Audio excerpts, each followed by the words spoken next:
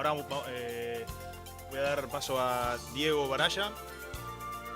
Diego es ingeniero agrónomo y es asesor de varios grupos CREA. Es asesor de ganaderos de Florida, asesor del grupo Sarandí Grande y del grupo Serrano. Y Diego va a presentar las implicancias en los sistemas productivos de los planes de uso y manejo de suelo.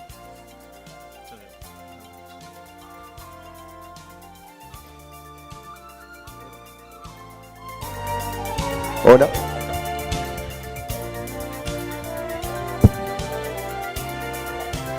Bueno, buenas tardes. Toca un tema que está en el tapete del hoy, digamos, y que se está, digamos, el público está tomando posición ante algo que como todo, cuando es algo nuevo, que está surgiendo, genera algún ida y vuelta y algunas posiciones. Entonces nosotros desde Comisión de Asesores y de CREA queremos dar una visión objetiva de qué es lo que está ocurriendo con el plan de uso y manejo de suelos, sin entrar en detalles si es algo que está bien o algo que está mal. Es algo que está dentro de una ley y que lo tenemos que respetar y eso tiene mucho valor. Entonces, simplemente dar una visión objetiva de qué cosas van a ir cambiando con el plan de uso y manejo de suelos. Es aportar elementos, esta charla es aportar elementos para que la gente tome posición de lo que va a ocurrir y no queremos que ustedes salgan de acá convencidos que lo que va a ocurrir es lo que nosotros vamos a decir. O sea, puede ocurrir lo que nosotros vamos a decir y puede ocurrir lo que cada uno de ustedes piensa que va a ocurrir. ¿Sí? Solamente es una línea de razonamiento sobre muy poquitas variables que podemos manejar y podemos analizar. Las variables a nivel del agro son muchísimas, entonces tratar de decir que estas pocas variables van a afectar algo de manera estructural es bastante complejo. Por eso es solamente una mirada parcial de ese tema. Algo importante que nos parece de comisión de asesores, comunicarle a los productores, es que todo lo que cambiamos con el plan de uso y manejo de suelos, también lo íbamos a tener que cambiar en el mediano y largo plazo, porque si estábamos montando un negocio sobre un área que no era agrícola y que el área era marginal para la agricultura, algún día esto nos iba a pasar factura a través de una pérdida de rendimiento seguramente, y íbamos a tener que retomar o encarar una acción nueva con un recurso desgastado y diferente a lo que lo podemos encarar hoy. Entonces, de ese punto de vista, los asesores creemos que es una herramienta importante. Los caminos posibles por erosión física del suelo es que hoy tenemos una realidad actual montada sobre 1.200.000 hectáreas, en el cual estamos realizando un negocio agrícola, que no quiere decir que estemos en todos los suelos agrícolas, que luego del plan de uso y manejo de suelos, que nos está permitiendo estudiar un poco más a fondo qué recursos estamos utilizando, conocer mucho más el campo, cosas que de repente antes de esto no lo estábamos haciendo y nos estamos guiando solo por el margen. Entonces, por erosión lo que vamos a mostrar, que el camino debería tender a áreas con agricultura continua, a áreas agrícolas forrajeras y a áreas forrajeras. Digamos, esto ya existe, pero lo que creemos que va a pasar es que se va a reordenar, digamos, ese 1.200.000 hectáreas, van a ir decantando en su proporción, adecuándose por el tipo de suelo que podemos hacer cada uno de los negocios.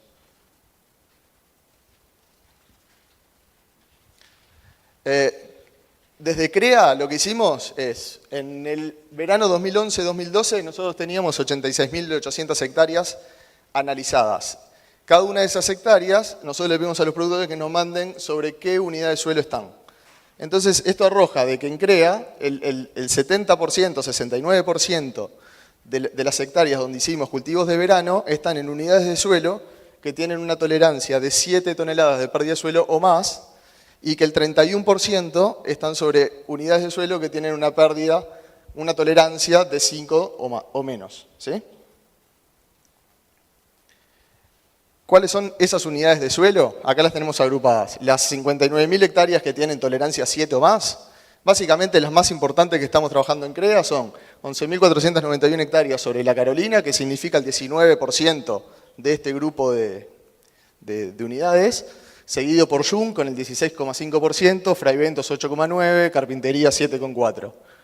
Si vamos al conjunto de unidades que están con 5 o menos, el 39,9% es San Gabriel Guaycurú, el 17,3% San Manuel Y Paso Palmar, si bien tiene tolerancias de 2 y de 7, asumimos que está todo sobre la tolerancia 2 para ser un poquito más estrictos, digamos, en el análisis, un poco más pesimistas. ¿Sí? Y ahí están las áreas. Entonces, tomando la Carolina y la unidad San Gabriel como las dos unidades de suelo más representativas de los grupos que toleran 7 y 5 de pérdida de suelo respectivamente, hicimos un análisis que obviamente cada campo y cada chacra tiene su pendiente y su largo, pero dijimos, bueno, si la pendiente asociada en la Carolina es de 1 a 3, bueno, pusimos 2. Largo, 300 metros, porque es más o menos, intercambiando con los asesores que han presentado plan de suelo, más o menos 300 metros es un número que hoy, como están diseñadas las chacras, es el valor que se está obteniendo.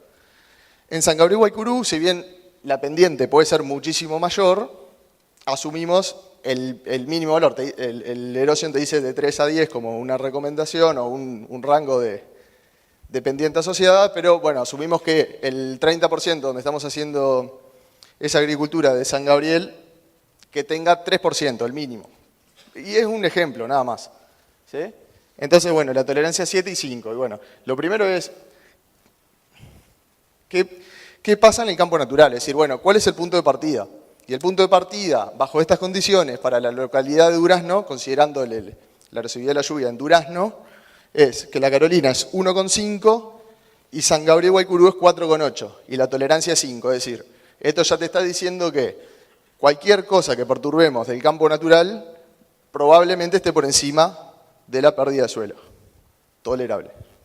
¿Sí?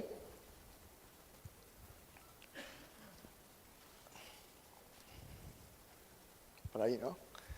Entonces, para variabilizar ese porcentaje de pendiente y ese largo de pendiente que hacen a la ecuación, lo que hicimos es, muy artesanalmente, gráficas que le llamamos isopérdida de suelo. Entonces, en el eje de las Y tenemos el largo de la pendiente y en el eje de las X tenemos el porcentaje de pendiente. ¿Sí? Para una rotación de agricultura continua sobre San Gabriel y Guaycurú, y esto lo que queríamos mostrar era que, bueno, si la pendiente es 3%, bueno, deberíamos tener largos de pendiente de 20 metros. O sea, es decir, es prácticamente inviable. Después, si hacemos 3 años la misma rotación agrícola, pero lo hacemos 3 años agrícola y 4 años de pastura, ¿sí?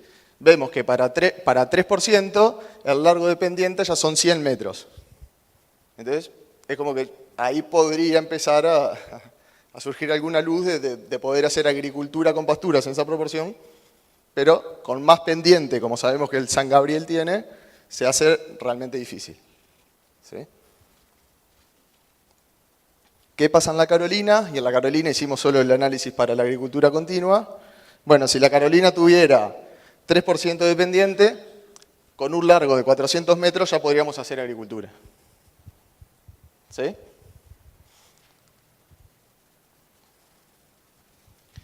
Bueno, entonces, acá lo que armamos es, estimamos la erosión de los diferentes componentes con los cuales deberíamos poder armar una rotación agrícola en diferente largo de tiempo, y eso es soja, cobertura, soja, trigo, gramínea de verano estimada en el modelo con fecha de cosecha a fin de abril, barbecho, como mostramos que hay un 22% del área que estaría en esta situación, gramínea de verano y cobertura.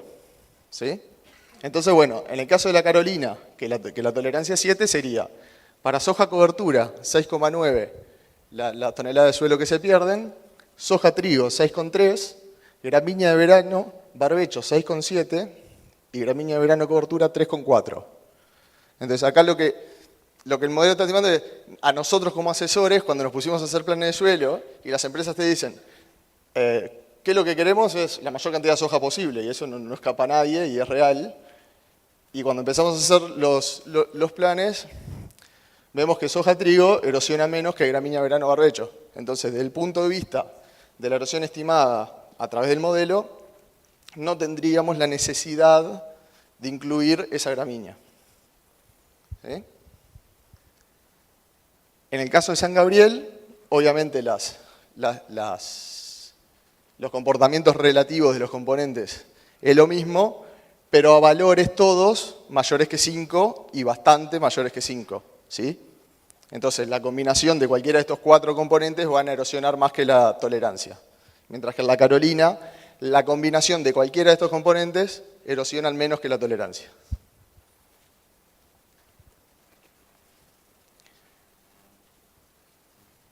Entonces, después lo que hicimos fue ponerle pasto. Bueno, si con agricultura estamos por debajo de 7 en la Carolina, con pasto estamos bastante abajo de 7, y el efecto de incluir pasturas bajaría la erosión, y en el caso de San Gabriel, bajaríamos bastante, casi 3 veces la erosión, y ahí hicimos avena, soja y 2 años de pastura, avena, soja y 3 años de pastura, con ese tercer año de pastura saliendo todavía con un nivel de productividad bueno, y después hicimos avena, soja y 4 años de pastura, con ese cuarto año ya con pérdida de especies y pérdida de producción.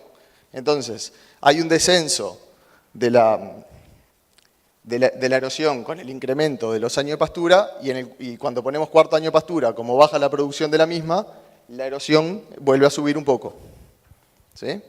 Pero igual, acá lo de resaltar era que igual con pasto, estamos arriba de la tolerancia que 5. ¿Sí? Es mucho menos que la agricultura, bajamos la erosión sí, pero igual estamos por encima de la tolerancia.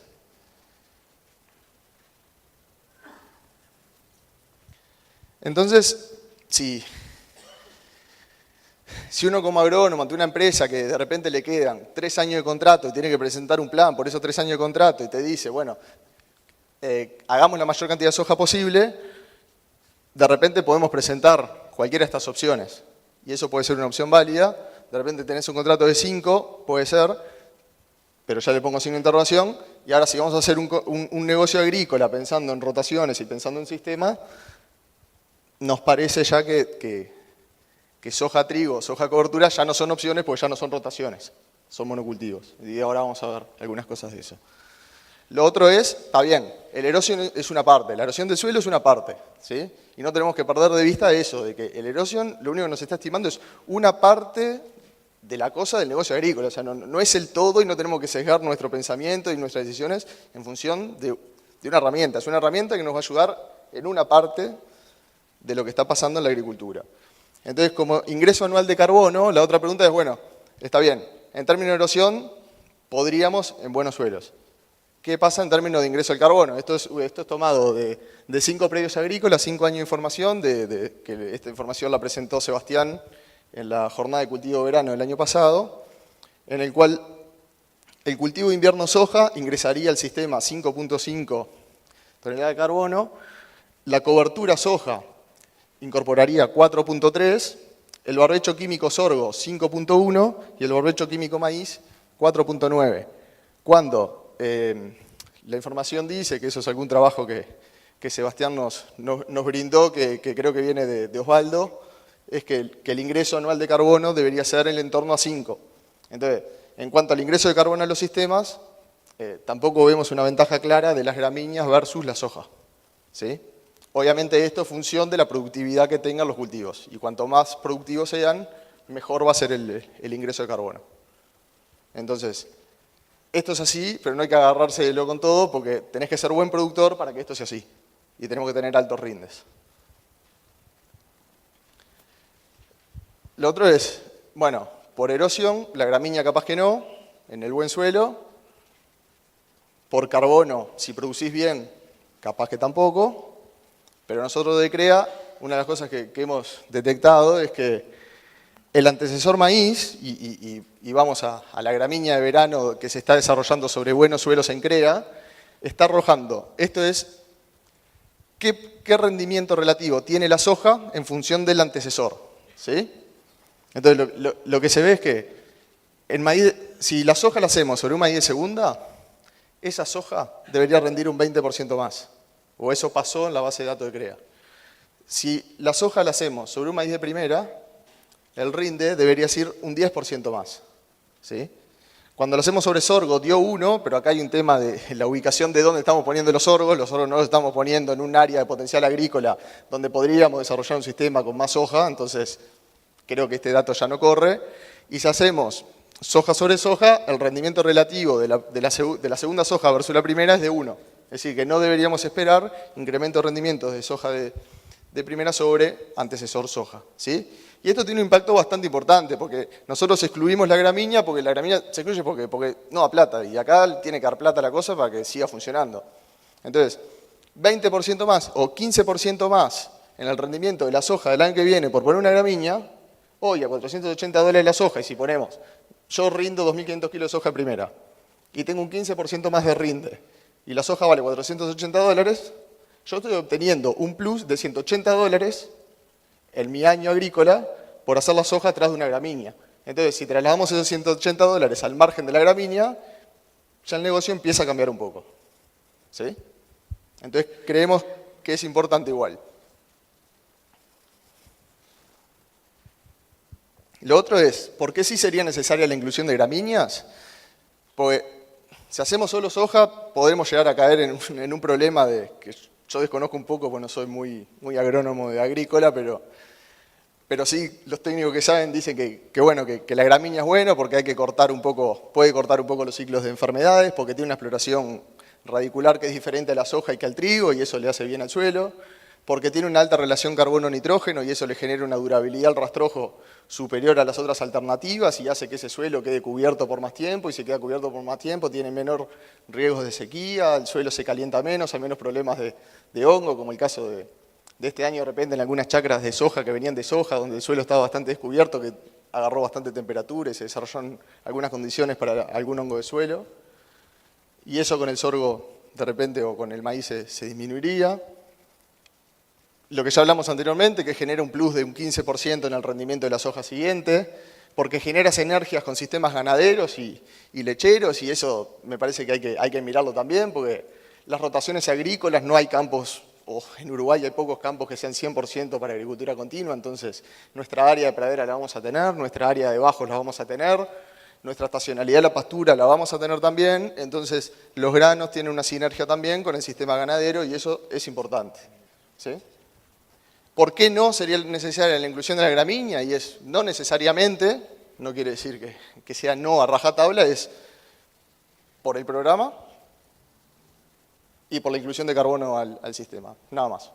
¿Sí?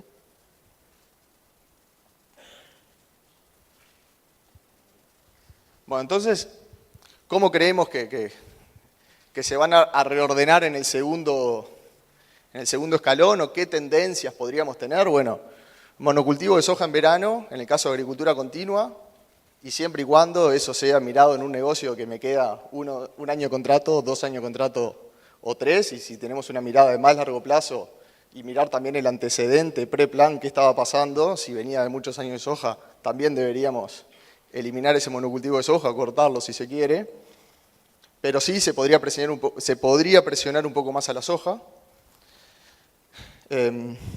Bueno, sistema más largo aliento, soja con gramíneas de verano. En el agrícola forrajero, si vamos a tener 3 años agrícola y 4 años pastoril, creemos que en esos 3 años agrícolas se va a presionar bastante más a la soja de lo que se estaba presionando. Hay contratos agrícolas que se estaban haciendo 3 años de agricultura con la inclusión de una gramínea de verano. Creo que hoy, al realizar el plan, mucho se está reviendo de eso y se están animando a presentar planes con más soja en esos 3 años agrícolas porque después van a pasto. Y después va a salir área, que no sabemos cuánto, que va a ser netamente forrajero, y dentro del sistema forrajero van a estar los sistemas ganaderos, lecheros, semilleristas, etcétera, todo lo que se imaginen. Ahora vamos a tratar de ver qué cosas pueden cambiar con la transición de un negocio agrícola en campos marginales hacia un negocio más forrajero. Entonces, ¿qué números vemos desde CREA del negocio agrícola? Hoy hay un negocio agrícola actual que si estamos realizando esa agricultura, y esto tomamos la base de datos de FUCREA, dividido en ambientes muy buenos y no tan buenos, y bueno, la base de datos esa son de 3 afras, que es lo que tenemos para dividir. Bueno, tomando en consideración esos rendimientos, el margen bruto agrícola sería $124. El margen bruto agrícola en un campo bueno sería 192 dólares. ¿Sí? La inversión para sacar esos 124 dólares serían 906 dólares, que sale de 264 dólares de renta, que son 550 kilos de soja para este tipo de campos, y costos efectivos 642 dólares. En el campo agrícola bueno, la inversión sería de 1.074 dólares. Esto sale de 432 dólares por hectárea, que es el equivalente a 900 kilos de soja, y 642 dólares en efectivo. ¿Sí? Efectivo es semillas, fertilizante, agroquímicos, la siembra, no está contada la cosecha, no está contado los fletes, no están contados la asistencia técnica, etc. Entonces, la rentabilidad del negocio agrícola marginal estaría dando 13.7% y la rentabilidad del negocio agrícola bueno estaría dando 17.9%. ¿Sí? Entonces ahora voy a profundizar un poco en el agrícola marginal, que es el que puede cambiar. El arrendatario está recibiendo, tiene que pagar 264 dólares y el dueño del campo estaba recibiendo 264 dólares. La inversión del arrendatario era 906, la inversión del dueño son 6.000 dólares, el valor de esa hectárea agrícola marginal, que debería ser más forrajera que agrícola.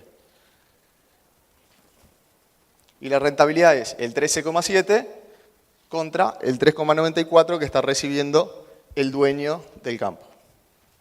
¿Sí?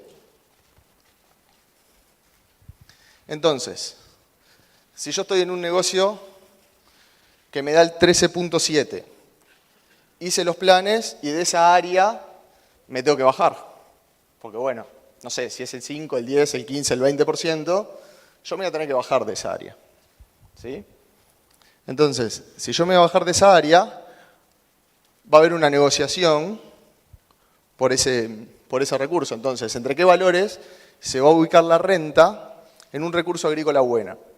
Pues la hipótesis que hicimos de asesores es, si yo estaba realizando agricultura en un campo marginal y tengo que devolver ese campo a una fase de pasturas, y a mí el negocio me sirve, yo voy a ir a presionar o voy a ir a presionar sobre un campo agrícola bueno. ¿Se entiende? O sea, yo estaba haciendo agricultura en un 502B bueno, no lo puedo hacer más, pero quiero seguir metido en el negocio agrícola, entonces miro para el de enfrente, él tiene un 1012, me quiero quedar en el negocio agrícola, vamos a ver cuánto le puedo pagar de renta. Entonces creemos que va a haber una presión sobre los campos buenos, o sea, va a haber una demanda agregada sobre los campos agrícolas buenos, que los actores van a ser los agricultores de los agrícolas marginales. ¿Sí? Entonces, si en el campo bueno se estaba pagando 432 dólares, acá es un poco arriesgado poner entre qué valores puede estar esa renta, pero sí va a servir para mostrar que esa renta va a subir, y el arrendatario obtenía 17.9% y el dueño del campo 3.87%, el dueño del campo va a decir, che, me vinieron a pedir, se me vence el contrato y hay 5 tipos o hay cola para arrendarme el campo, ¿qué está pasando? Vamos a pedir un poquito más. Entonces, ¿hasta dónde el que estaba haciendo la agricultura marginal? Una hipótesis es, si yo estaba obteniendo 13.7% de rentabilidad en el campo marginal, la hipótesis es, está bien, te subo la renta, hasta que este 17.9 baje a 13.7. ¿Sí? Como primer escalón, si el actor es el mismo y quiere la misma rentabilidad, ¿no? Entonces,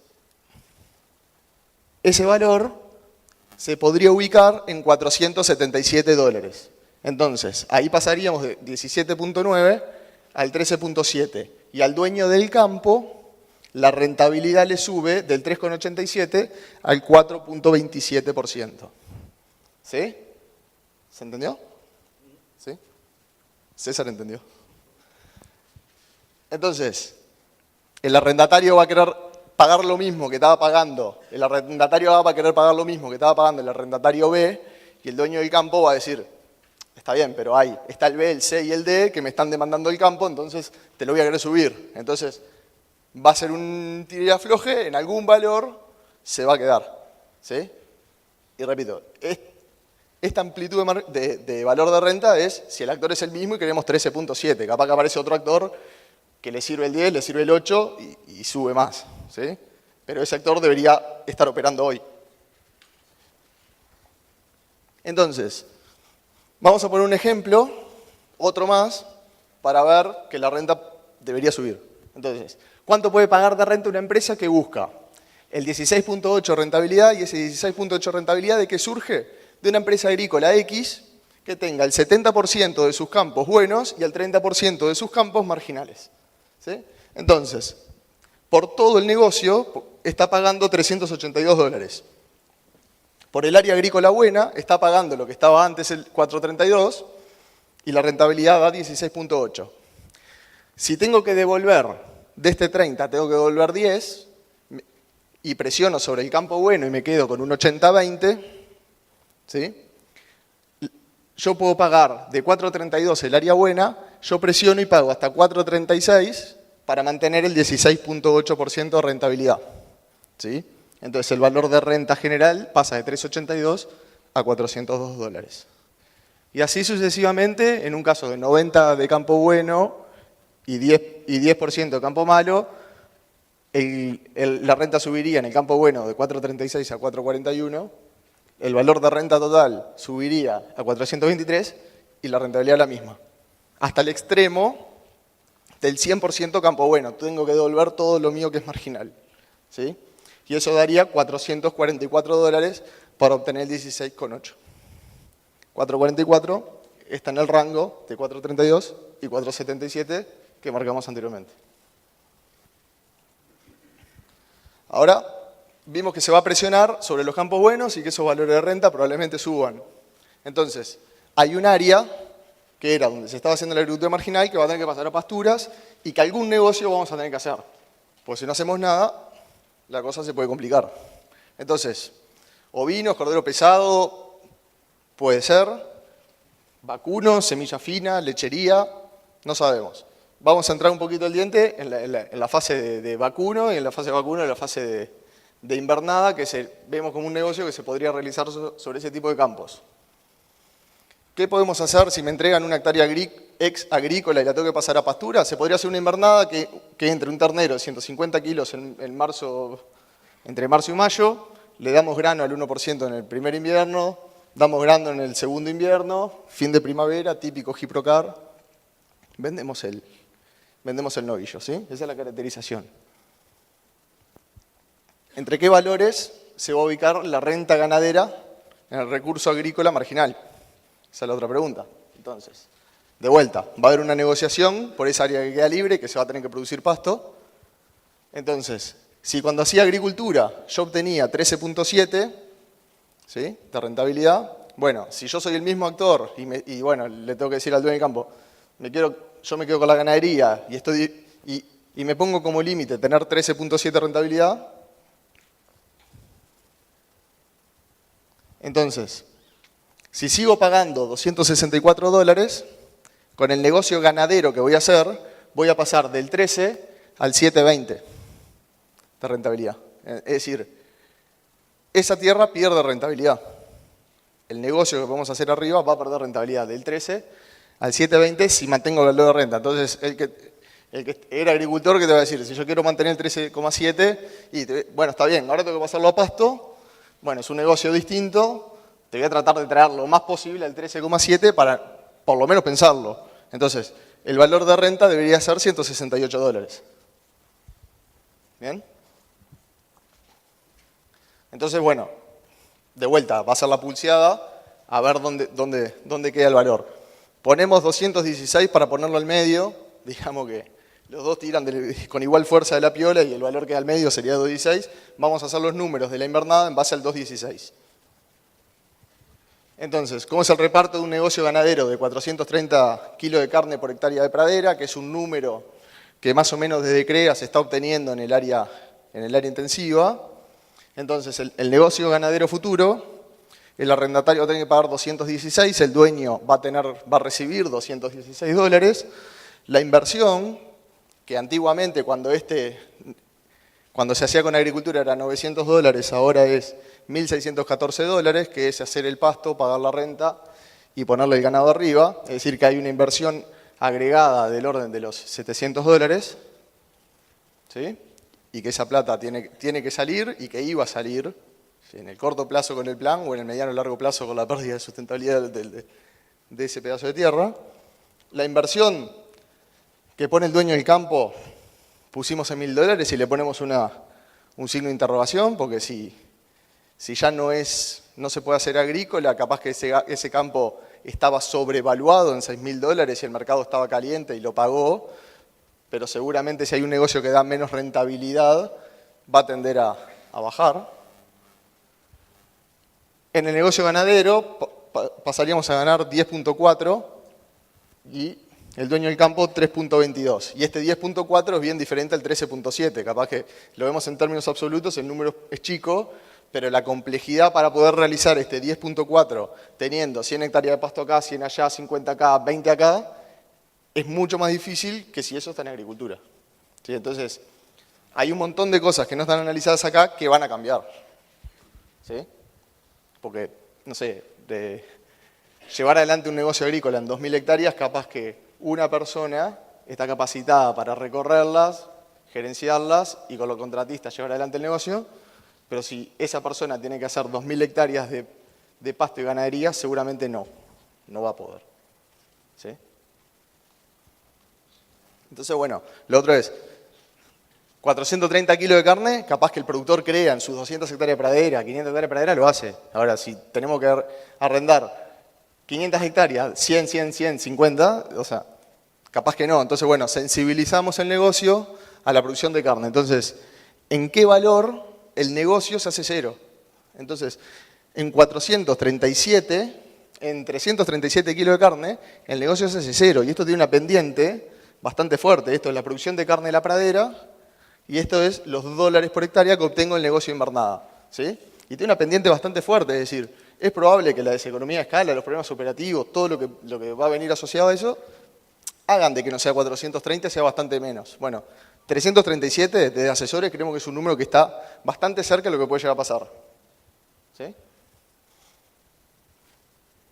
Entonces, ¿cómo estaba el negocio en un campo mixto que era 40% campo natural, donde se ajustaba una cría, un 15% con un negocio agrícola marginal, que tampoco tenía futuro en el mediano y largo plazo, 45% de un campo agrícola bueno. Ese campo obtendría $381 de margen bruto, pagaría una renta total, considerando los $432 por esta área, los $236 por esta área y $90 por el área de campo natural, que es lo que se está hoy más o menos pagando, daría un margen neto de $111, una rentabilidad total del 13.9 y ese campo estaría produciendo 80 kilos de carne. Esto es lo que tiene que cambiar. Supongamos que cambia a invernada. El campo obtendría, y esto es bastante buena noticia, en términos de margen, el mismo margen, bajaría algo la renta, el margen neto 117, y la rentabilidad pasaría del 13.9 al 13%. Y ese campo produciría en su total 175 kilos de carne. ¿Sí? Entonces, lo bueno es que si podemos producir 430 kilos de carne en esa área que antes era agrícola, el número no va a cambiar demasiado en términos de margen, cambian un poco en términos de rentabilidad y cambian muchísimo en términos logísticos y operativos. ¿Cómo son los números por rubro? Y acá ponemos, agarrando un campo, o sea, los rubros con los cuales podemos hacer cría, invernada, agricultura en el campo bueno y agricultura en el campo marginal.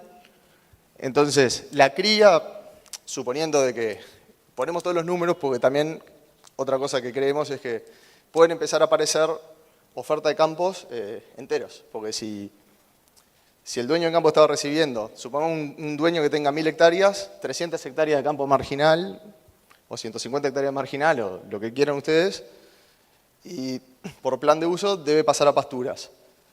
Hay que invertir $1.700, $1.600 por hectárea. Difícilmente ese productor que estuvo recibiendo $230 todos los años por esa área pueda invertir $1.600 por hectárea de pasto y ganado, y ponerle ganado. Entonces, como hipótesis, va a depender del caso, pero si esa área queda libre, el productor dice, bueno, ahora no recibo la renta, pero tampoco tengo dinero para el negocio ganadero. Bien. Ahora, si yo viene un actor que quiere hacer invernada en mi área pradera, y yo te voy a pedir campo natural, porque yo las praderas en verano no las puedo pastorear, o sea, no puedo hacer como un negocio agrícola que esa área se ocupa el 100% del tiempo. Si tengo 100 hectáreas de pradera, en verano el ganado lo tengo que sacar de algún lado. Entonces, de ese punto de vista, sería inviable un negocio ganadero arriba de un área cerrada. Entonces, tenés que pedir algo de campo natural, de apoyo. Entonces, si vemos área campo natural de apoyo, ya el dueño dice, uy, pero yo antes tenía mis vacas y ahora él me pide el área agrícola, que era agrícola, y me pide algo de campo natural.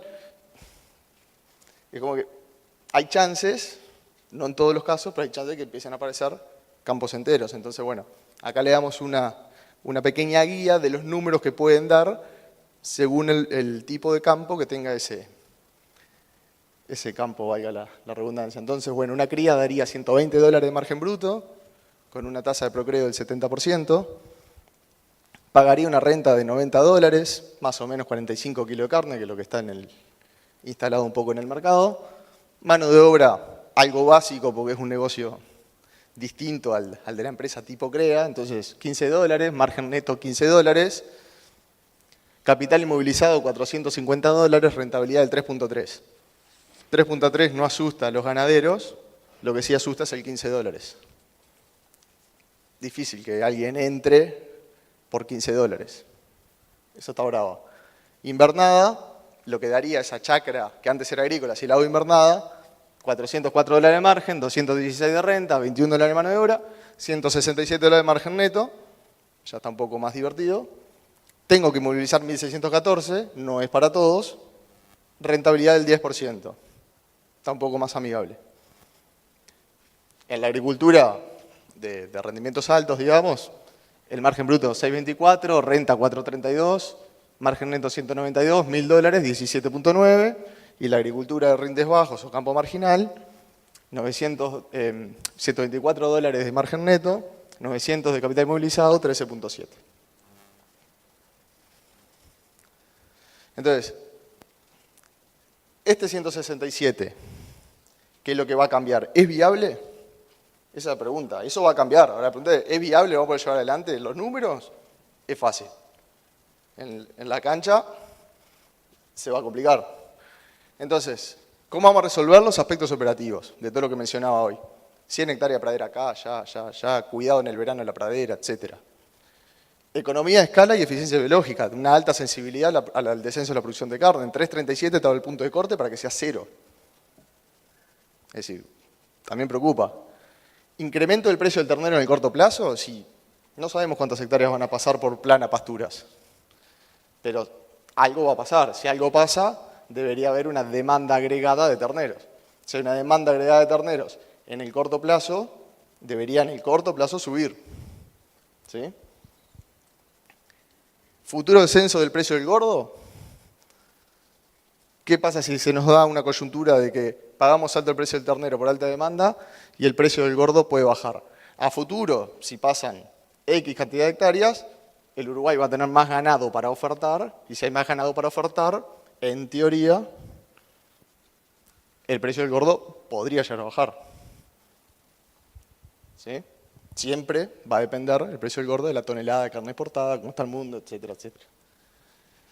Ahora, si precisamos más terneros, ¿dónde vamos a poner las vacas para generar la nueva oferta? El campo natural uruguayo, donde se desarrolla la cría, ¿está bajo de carga? ¿Está alto de carga? ¿Qué piensan ustedes que cómo está el Uruguay en cuanto a ese indicador? ¿Al Uruguay le cabe, hay más lugar para las vacas? ¿Qué rol va a jugar el ovino a nivel país? Y si hay una demanda agregada de corderos para hacer los negocios en los 2 años de pastura que quedan entre la agricultura o en el nuevo negocio, ¿qué rol va a jugar ese ovino? ¿Nuevo tipo de inversores? ¿Y qué tipo de inversores van a ser? ¿Van a buscar rentabilidad? ¿Van a buscar margen? ¿Van a tener el mismo pensamiento del productor, del empresario agrícola? No lo sabemos. Estamos en la antesala de oportunidades en el crecimiento del productor ganadero medio y creemos que que desde CREA, que la mayoría son productores ganaderos medios, se está en la antesala de tener oportunidad de crecimiento, porque si por mi camino vecinal estaba la chacra, que era 5.4 coñato, 5.02 buena, y no puede hacer esa agricultura, y bueno, capaz que si está sobre el camino yendo a mi casa, esas 100 hectáreas capaz que a mí me sirven. Y lo puedo aprovechar, es decir, va a haber una oportunidad para hacer un negocio que antes no la tenía. Entonces, el ganadero medio, ¿cómo se va a posicionar ante eso y cómo va a ver las oportunidades y cómo las va a buscar y cómo las va a resolver? Pero hay un desafío. ¿Cuál va a ser el diseño del negocio? ¿Cuál va a ser el diseño de las empresas? ¿Cuáles van a ser las fuentes de financiamiento? Etcétera. Entonces, los números gruesos, suponiendo caso actual, 1.200.000 hectáreas de agricultura, suponiendo, esto no tiene ningún fundamento de nada, cero fundamento, se bajan 100.000, se bajan 200.000, se bajan 300.000. ¿Sí? 4 terneros por hectárea serían 400.000, así sucesivamente. Esta sería la inversión en pasturas para las 100.000 hectáreas, esta sería la inversión en terneros, la inversión total. ¿Sí? Entonces, bueno, vamos al caso 2, perdón, que supongamos que pasen 100.000 hectáreas y precisamos 400.000 terneros. 65% de procreo, precisaríamos 615.000 vacas más. Entra en el Uruguay, tenemos 4 millones declaradas de vacas entoradas, 615.000 entran. Entonces, profundizando en ese caso 1, supongamos un proceso de que esas 100.000 hectáreas hipotéticas y sin ningún tipo de fundamento pasen en un proceso de 4 años, la demanda se incrementaría en 100.000 terneros por año, hay 4 millones de vacas. Para atender esos 100.000 terneros, tenemos que tener un incremento en la tasa de destete del 2.5%. En 4 años deberíamos mejorar nuestro procreo en 10%. Es decir, va a haber una presión, a haber una mejora tecnológica en la cría en el Uruguay para atender esa nueva demanda de terneros. Lo otro es que haya un incremento de 3.8 vacas entoradas.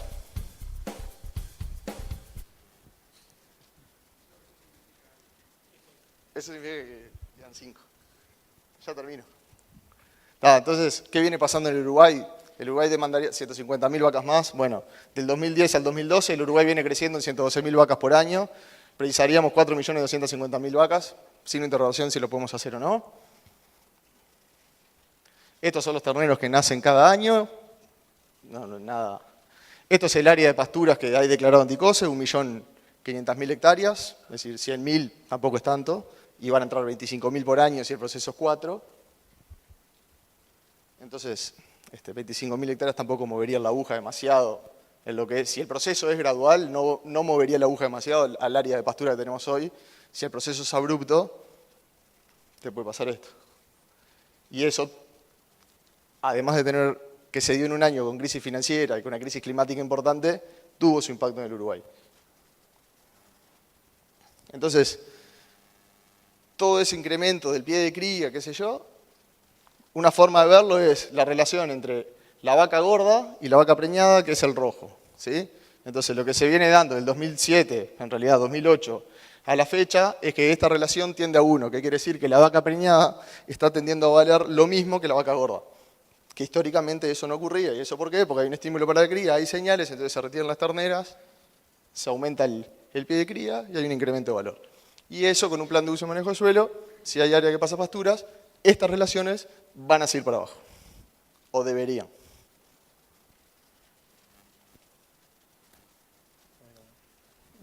Entonces, lo otro es, si se están incrementando 112.000 vacas por año, la relación se empieza a retener de abajo, que son las terneras. Entonces, esto es la relación, la línea azul es la relación entre el precio del ternero y el precio de la ternera.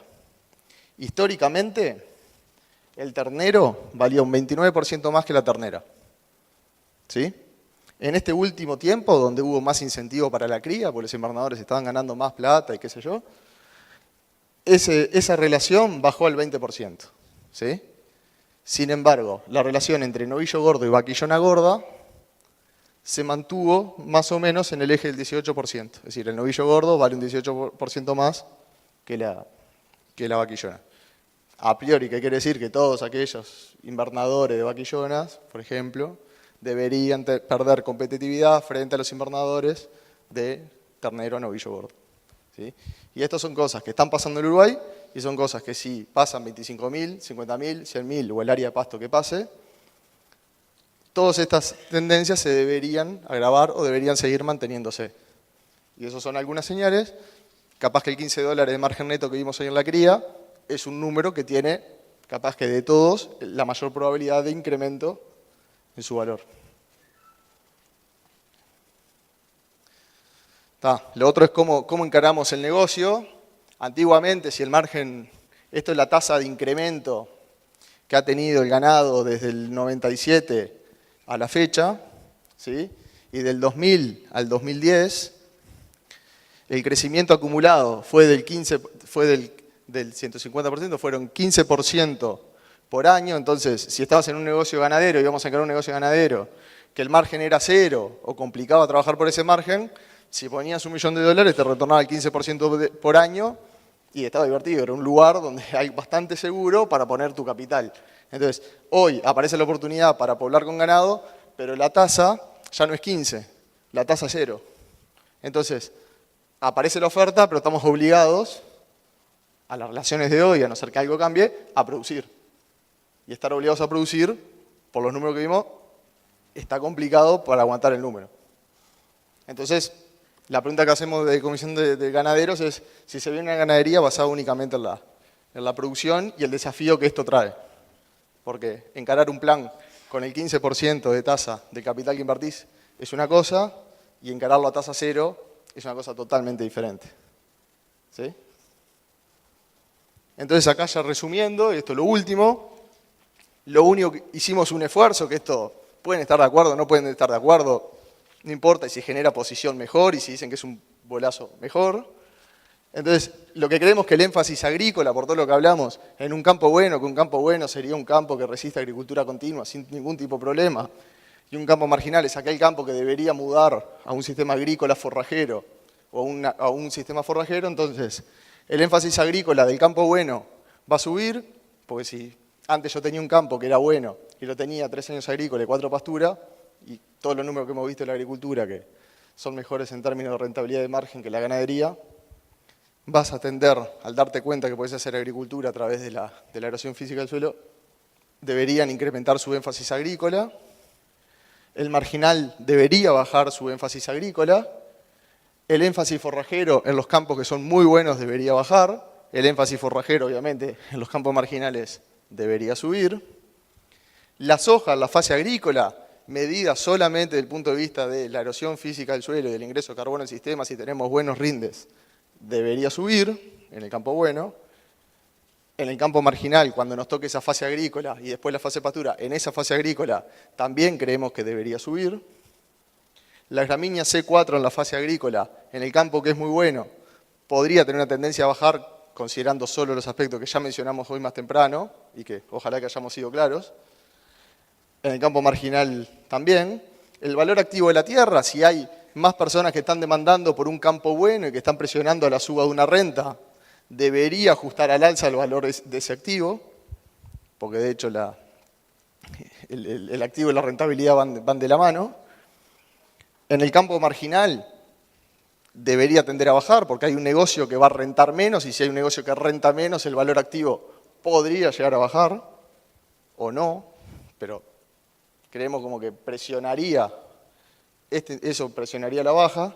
El valor de la renta del campo bueno va a subir, el valor de renta del campo marginal debería ir a la baja, la rentabilidad del arrendatario debería bajar, porque como le van a presionar y le van a subir el valor de renta y el negocio, si no hay mejora tecnológica en los cultivos y sigue siendo el mismo, debería ir a la baja.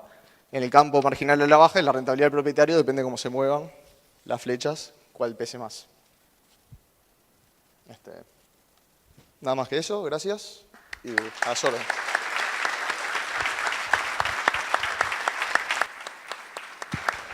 Bueno, muchas gracias. Volvemos ahora a un espacio de preguntas, para lo cual recuerden, Fernando, no sé si está levantando preguntas por ahí, ya tenemos algunas acá. Así que bueno, empezamos con el espacio de preguntas. El que tiene preguntas se las da Fernando, por favor.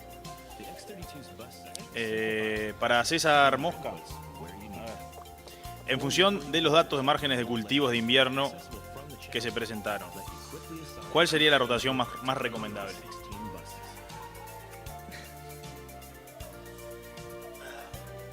La música, maestro. Lujo.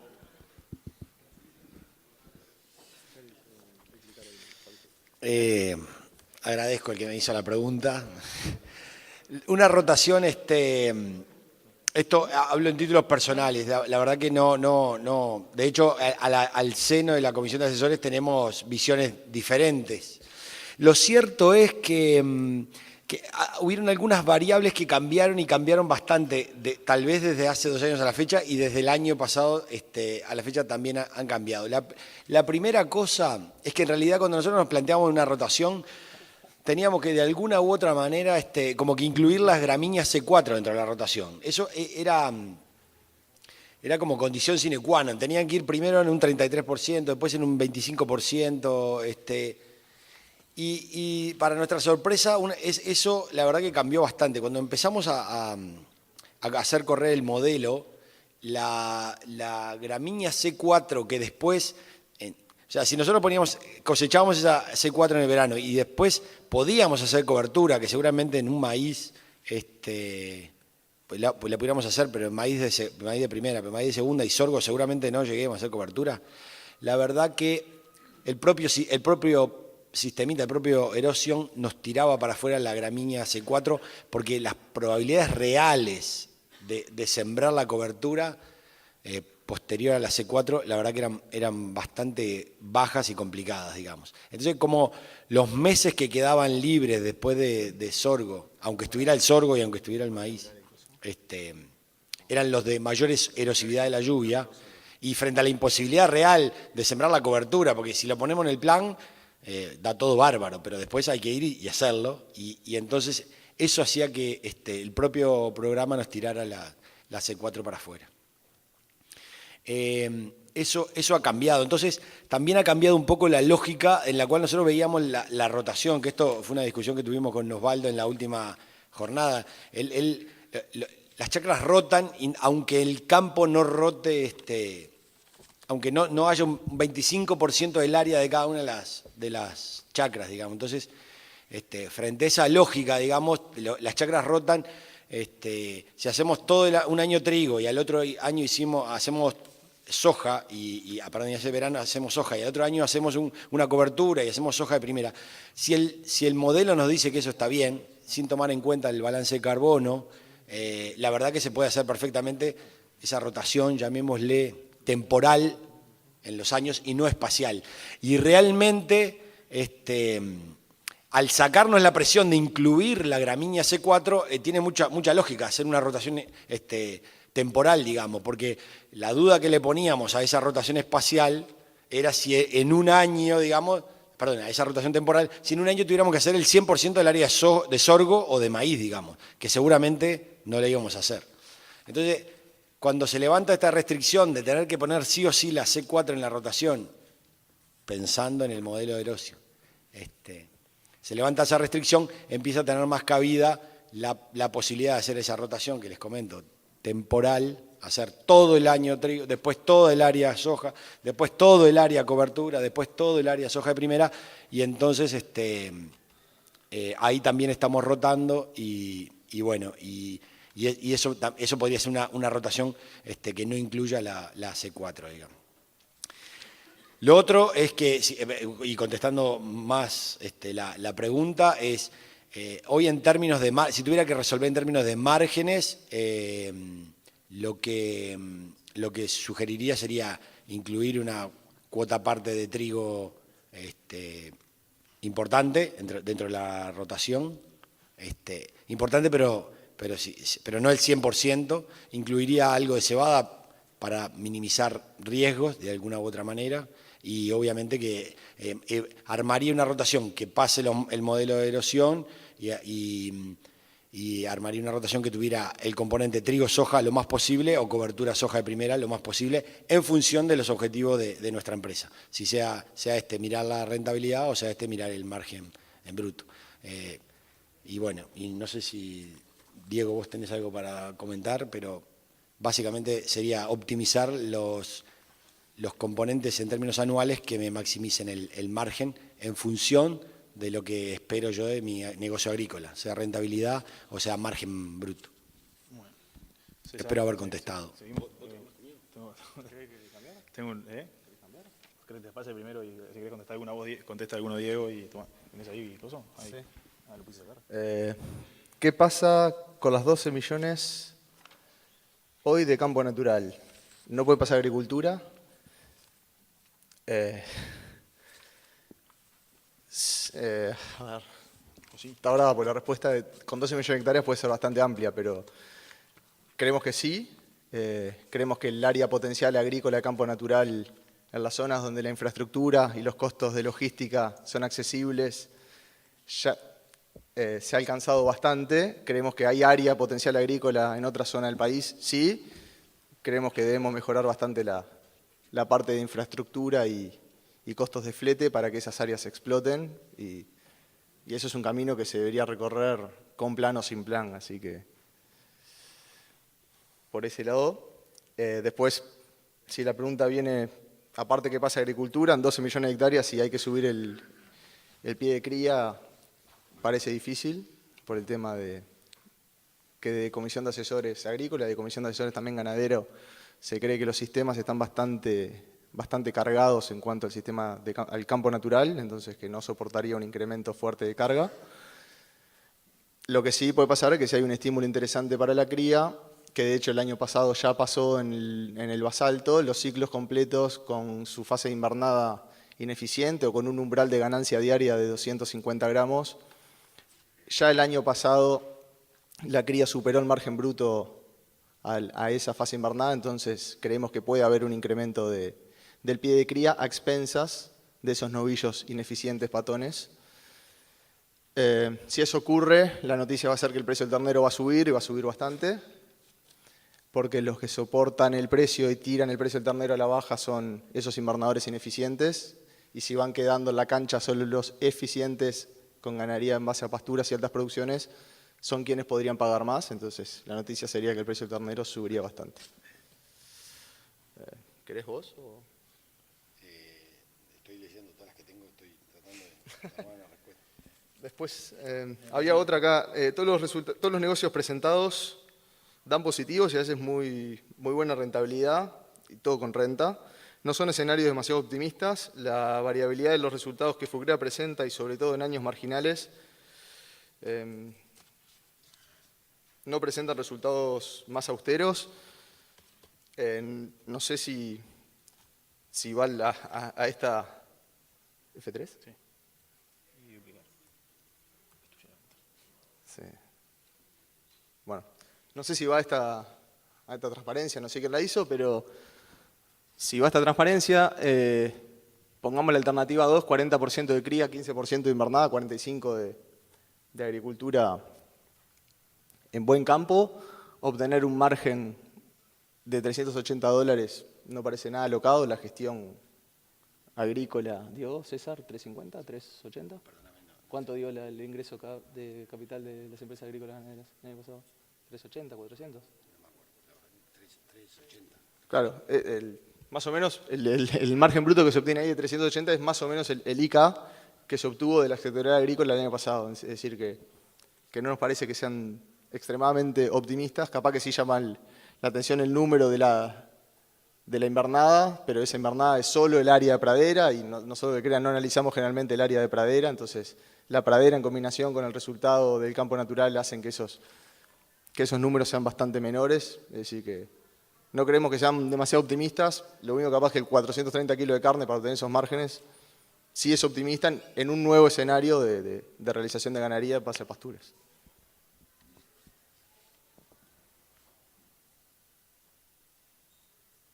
No sé. No lo tenemos. No está. Alguien preguntaba con ganadería cuántos años puedo perder plata. No hicimos eso ya. No lo sabemos porque no tenemos una correlación correcta para... O sea, no tenemos una base de datos para no tenemos una base de datos que correlacione lo que es producción física con los precios ganaderos, como para poder realizar seriamente y decir un número que sea cierto y no algo que es falso, así que no lo tenemos. Voy a ir contestando algunas preguntas y otras tal vez pida algún segundo más para irlas leyendo para elaborar la respuesta. Me preguntan, afirmás que el precio del trigo tiene poco impacto en el margen. Si lo dije así, les pido disculpas porque lo que quise decir fue que el precio del trigo tiene poco impacto en la variabilidad del margen, no en el margen, en la variabilidad del margen. Lo que medimos básicamente en el margen es la variación.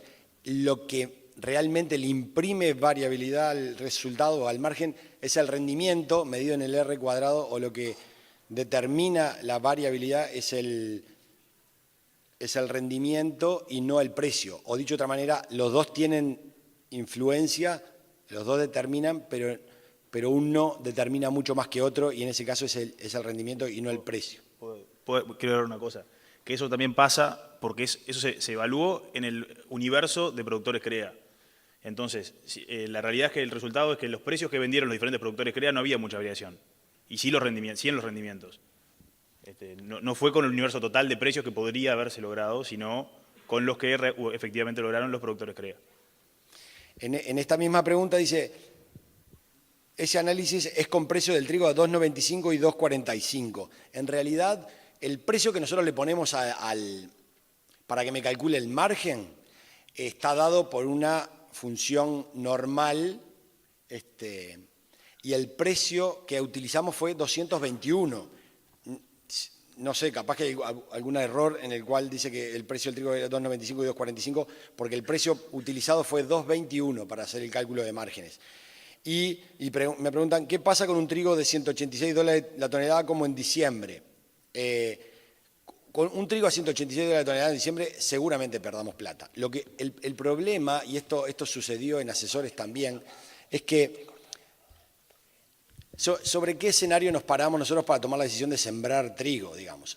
Los datos que yo mostré o traté de mostrar era que tenemos que decidir hoy sobre el trigo de hoy, pero en realidad los datos muestran la variabilidad de rendimientos y precios que yo obtendría de acá a una serie de X años, digamos. Entonces, cuando utilizamos ese precio y ese rendimiento, en realidad estamos ya dándole toda la variabilidad que ya tenemos en la base de datos y la estamos poniendo a jugar. Entonces, cuando tenemos que mostrar un número, pero en general los márgenes los mostramos en la distribución normal para hablar en términos de probabilidades. Hay tanta probabilidad de obtener tal rendimiento, tanta probabilidad de obtener tal margen, etcétera, etcétera. Seguramente no fui claro en mi exposición porque por ese tipo de preguntas, digamos.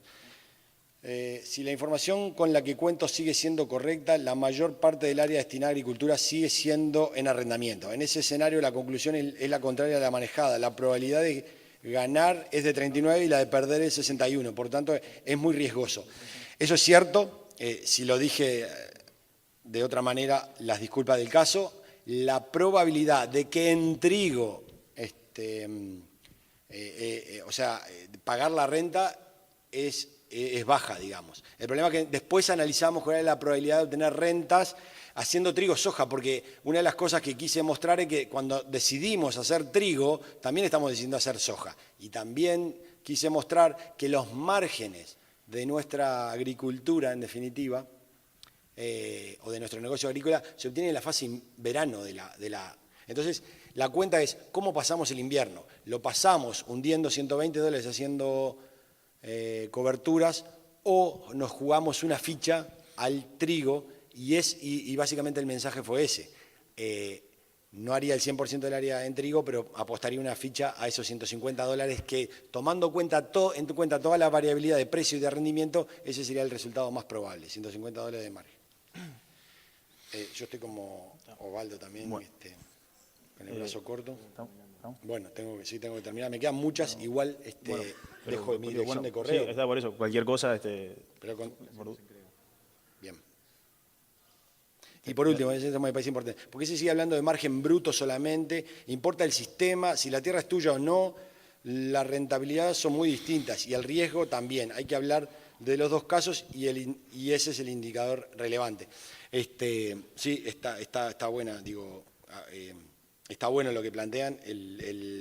En realidad importa el sistema. Nosotros siempre quisimos dar el sistema como unidad de análisis y queremos dar respuesta hacia los sistemas de producción. De alguna manera quise dar ese enfoque en la charla, que lo que importaba era el sistema, lo que importaba era la rotación, lo que importaba era el mediano plazo, pero también, en realidad, lo que importa es el sistema y el ser dueño de campo es otro negocio. Pero también es cierto que ese era el enfoque que teníamos siempre desde esta mesa y nos dimos cuenta que estábamos dejando una importante figura fuera del análisis, que era cuando las empresas no eran dueñas de la tierra.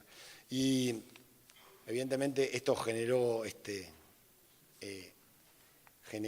algunas otras dudas que la verdad que me dicen acá que, pero con mucho gusto respondo todo vía mail o lo hacemos a nivel de FUCREA como quieran. Bueno, perfecto. Bueno, le damos las gracias. La verdad que ha sido... ¿Cómo? Perdón. La evaluación después. Ah, sí. Le damos las gracias. Por favor, no olviden completar la evaluación que tienen en el formulario de la jornada. Y no olviden que el 8 de agosto vamos a estar con la jornada de cultivos de verano, que sin duda va a ser un éxito. Así que bueno, los esperamos por acá. Diría Nacho Buff. Pachu. Dale, saludos. Venga, Pachu.